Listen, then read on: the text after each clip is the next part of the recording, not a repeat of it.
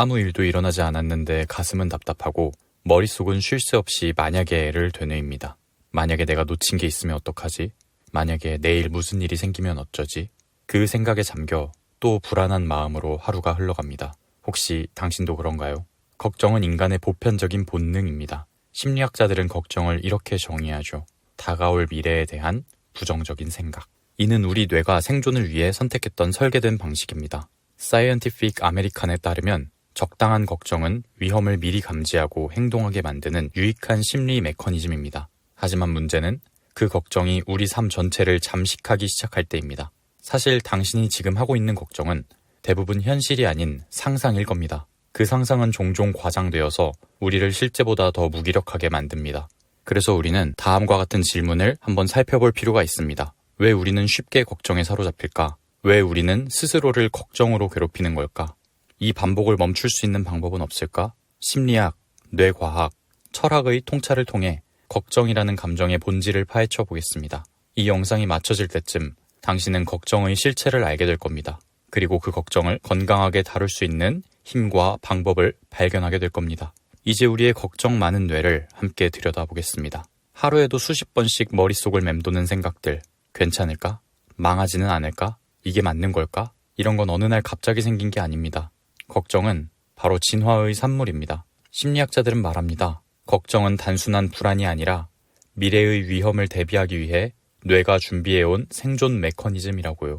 과거 원시 시대에는 사냥감을 놓칠까 걱정하는 자가 살아남았고 독초를 어떻게 피할까 고민하던 자가 다음 세대로 이어졌습니다. 사이언티픽 아메리칸에서는 걱정은 위험을 감지하고 준비하게 하는 본능적 문제 해결 장치라고 설명하죠. 그렇다면 왜 지금의 우리는 생존 전략이었던 걱정에 이토록 휘둘릴까요? 그 핵심엔 바로 뇌의 두 가지 장치인 편도체와 전두엽이 있습니다. 편도체는 일종의 경보 장치입니다. 위험을 빠르게 감지해 몸과 마음을 위기 모드로 전환시키죠. 하지만 걱정 많은 뇌에서는 이 편도체가 지나치게 민감해집니다. 작은 자극에도 위협을 느끼고 뭔가 잘못될 거야 라는 신호를 남발합니다. 반대로 이성을 담당하는 전두엽은 이 과잉 반응을 제어하는 역할을 합니다. 사이콜로지 투데이의 연구에 따르면 불안한 사람들의 뇌에서는 이 두 영역 간의 연결이 약해져 있다고 합니다. 즉, 감정은 과열되는데 논리는 제 역할을 하지 못하는 상태.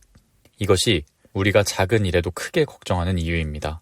한마디로 말하자면 과도한 걱정은 뇌의 경보 시스템이 불균형하면서도 과도하게 작동하는 상태인 겁니다. 그리고 이건 스스로 살아남기 위해 우리 뇌가 지나치게 열심히 일하고 있다는 의미로도 볼 수 있습니다. 그렇다면 이 불안한 뇌가 만들어내는 걱정의 내용들은 도대체 무엇일까요? 이제 우리가 가장 자주 마주하는 현대인의 걱정 3가지를 들여다보겠습니다. 걱정은 사람마다 다르지만 유독 많은 사람들의 마음을 파고드는 주제들이 분명 있습니다. 특히 지금을 살아가는 20, 30대에게는 걱정은 단순한 감정이 아니라 존재의 무게처럼 느껴지죠. 우선은 돈과 생계에 관한 것입니다. 가장 흔하면서도 무거운 주제, 바로 돈이죠. 아시아 경제 보도에 따르면 MZ세대 직장인의 절반 이상이 생활비와 주거비 문제를 가장 큰 걱정거리로 꼽았습니다. 또 절반 이상이 매달 근근히 살아간다 라고 느끼고 있죠. 한 달 벌어 한 달 사는 삶, 미래는커녕 다음 달 카드값도 막막한 게 현실입니다. 그런 삶이 반복되면 이게 언제까지 가능할까 하는 불안이 짙어지기 마련입니다. 연결지어 커리어와 방향에 대한 고민도 걱정으로 이어집니다. 취업을 해도 끝이 아닙니다. 오히려 질문은 더 커집니다. 이 일이 내 적성에 맞는 걸까? 내가 잘하고 있는 걸까? 10년 뒤 나는 무엇이 되어 있을까? 한 설문에 따르면 25세에서 33세 청년의 75%가 쿼터라이프 크라이시스를 겪고 있다고 응답했습니다. 그중 절반은 앞으로 무엇을 해야 할지 모르겠다라고 답했죠. 진로는 정답이 없기에 더 막막하고 더 불안합니다. 다른 길이 있었던 건 아닐까 하는 후회와 비교가 계속해서 고개를 들죠.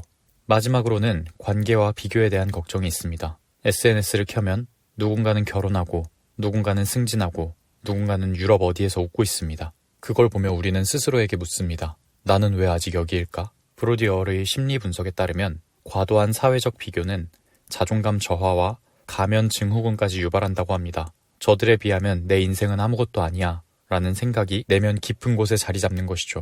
또한 관계의 방향성에 대한 고민도 깊습니다. 이 사람이 나를 뒤에서 비난하면 어떡하지? 아직도 혼자인 내가 잘못된 걸까?처럼 누구와 어떤 관계를 맺어갈지에 대해서도 끊임없는 고민과 걱정이 이어집니다. 돈, 일, 관계, 이 세 가지는 단순한 생활 문제가 아니라 존재에 대한 질문을 계속 던지게 만듭니다. 그리고 그 질문이 막연하게 커질수록 우리는 더 깊이 걱정에 빠지게 되죠. 그렇게 계속해서 쌓이는 걱정이 우리 삶에 어떤 영향을 줄까요? 조용히 시작된 걱정은 머릿속에 가만히 자리를 잡습니다. 하지만 그 작은 생각은 곧 마음 전체를 잠식하고 결국 삶을 움직이는 에너지를 빼앗아갑니다. 그러면 마음의 평화는 사라지고 늘 예민한 경계 상태만 남습니다. 사소한 일에도 쉽게 예민해지고 자꾸만 안 좋은 방향으로 생각을 진행합니다. 밤에도 생각이 떠나지 않아 잠 못 이루는 날이 많아지죠. APA 스트레스 리포트에 따르면 34세 이하의 청년 67%가 스트레스와 걱정으로 인해 집중이 어렵다고 응답했습니다. 머릿속은 쉬지 않고 일하고 있는데 정작 실제로는 아무 일도 시작하지 못하고 있는 겁니다. 그러면서 자존감이 무너지고 동기나 의욕이 사라집니다.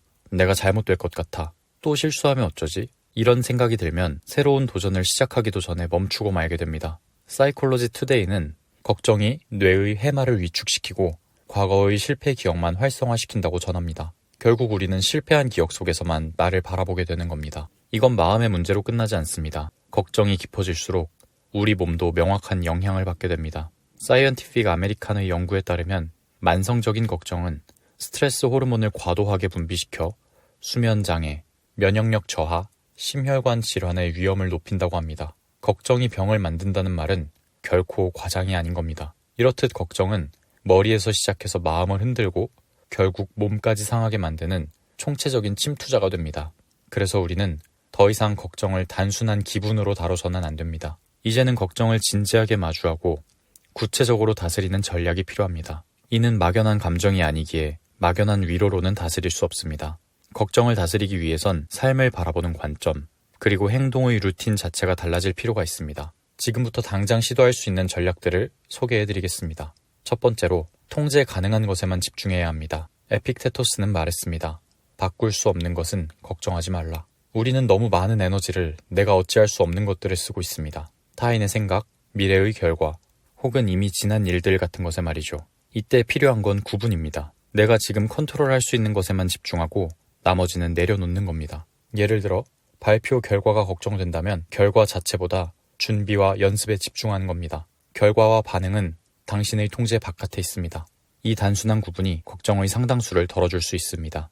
두 번째로, 걱정을 단순한 감정이 아닌 신호로 받아들이는 연습입니다. 걱정은 피하거나 억누르려 할수록 더 크게 돌아옵니다. 대신 이렇게 질문하는 겁니다. 이 걱정은 무엇으로부터 시작되는 걸까? 예를 들어 돈에 대한 걱정은 안정감에 대한 욕구일 수 있고, 관계에 대한 걱정은 인정받고 싶은 감정일 수 있습니다. 이렇게 걱정을 해석해보는 겁니다. 감정이 아닌 정보로서 다루는 거죠.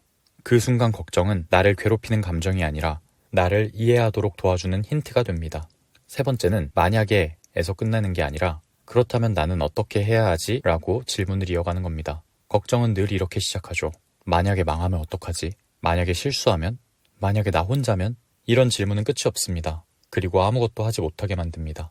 그래서 질문을 바꿔야 합니다. 그 일이 실제로 일어난다면 나는 어떻게 대응할 수 있을까? 이렇게 묻는 순간 마음은 예측이 아니라 대처로 전환됩니다. 실패를 피하는 게 아니라 실패해도 괜찮은 구조를 상상하게 되죠. 걱정을 실행력으로 바꾸는 방법입니다.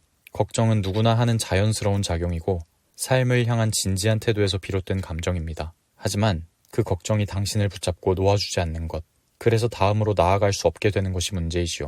삶에서 걱정은 멈추지 않을 겁니다. 다만 우리는 그 흐름에 휩쓸리지 않고 잠시 멈추어 바라볼 수는 있습니다. 지금 당신을 괴롭히는 그 걱정, 그거 정말 현실인가요? 아니면 아직 일어나지 않은 일에 대한 막연한 두려움인가요? 그 두려움 속에서도 당신은 지금까지 충분히 잘 버텨왔습니다. 이제 한 걸음 더 내딛어보는 용기를 내볼 차례입니다. 그 작은 실천이 내일을 다르게 만들 수 있습니다. 지금 이 영상이 당신에게 그런 한 걸음이 되었기를 바랍니다. 그럼 저는 다른 이야기로 다시 찾아오겠습니다.